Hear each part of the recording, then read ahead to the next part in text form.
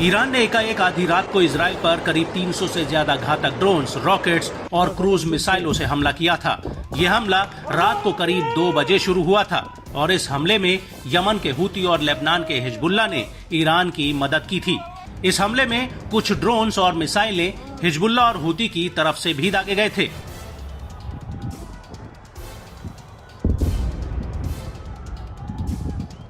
पूरे इजराइल में इन हमलों के दौरान करीब 720 जगहों पर हवाई हमलों के सायरन बज उठे थे।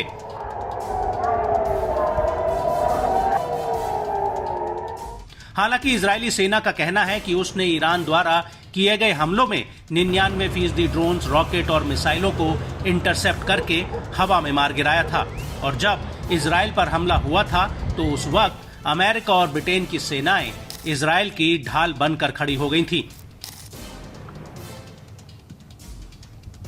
लेकिन अब ईरान के विदेश मंत्री हुसैन अमीर अब्दुल्लाहिन ने एक ऐसा खुलासा किया है जिससे इस पूरे अटैक में अमेरिका की भूमिका पर कई सवालिया निशान लग गए हैं। दरअसल ईरानी विदेश मंत्री ने विदेशी राजनयिकों को संबोधित करते हुए कहा कि उन्होंने इजराइल पर हमले से 72 घंटे पहले ही अमेरिका को इस हमले की जानकारी दे दी थी। अमीर अब्दुल्लाहिन का कहना है कि हमने 72 घंटे पहले ही व्हाइट हाउस को एक संदेश में बता दिया था कि हमारा हमला सीमित, न्यूनतम और इजराइल को सजा देने के उद्देश्य से रहेगा। इसके अलावा ईरान ने अमेरिका को लेकर भी स्पष्ट कर दिया है कि वो अमेरिकी लोगों और अमेरिकी सैन्य अड्डों पर हमले करना नहीं चाहता। इसको लेकर ईरानी विदेश मंत्री ने कहा कि इस हमले में अमेरिकी लोगों या अमेरिकी सैन्य अड्डों पर हमला नहीं करना चाहते हैं, लेकिन ईरान अमेरिकी सैन्य ठिकानों को निशाना बना सकता है जो इजराइल को बचाने और उसकी मदद में शामिल होंगे। ईरान का यह भी कहना है कि हमने 72 घंटे पहले ही इलाके के अपने पड़ोसी देशों को जवाबी कार्रवाई की योजना के बारे में सूचना दे दी थी।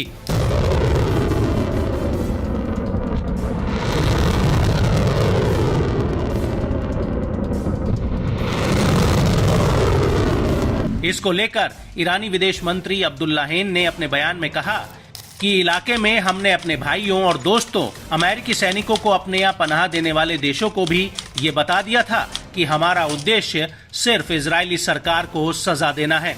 आपको बता दें कि ईरान के विदेश मंत्री का कहना है कि ईरान ने ये हमला 1 अप्रैल को सीरिया की राजधानी दमिश्क में ईरानी दूतावास पर इजरायल के हमले के जवाब में किया है।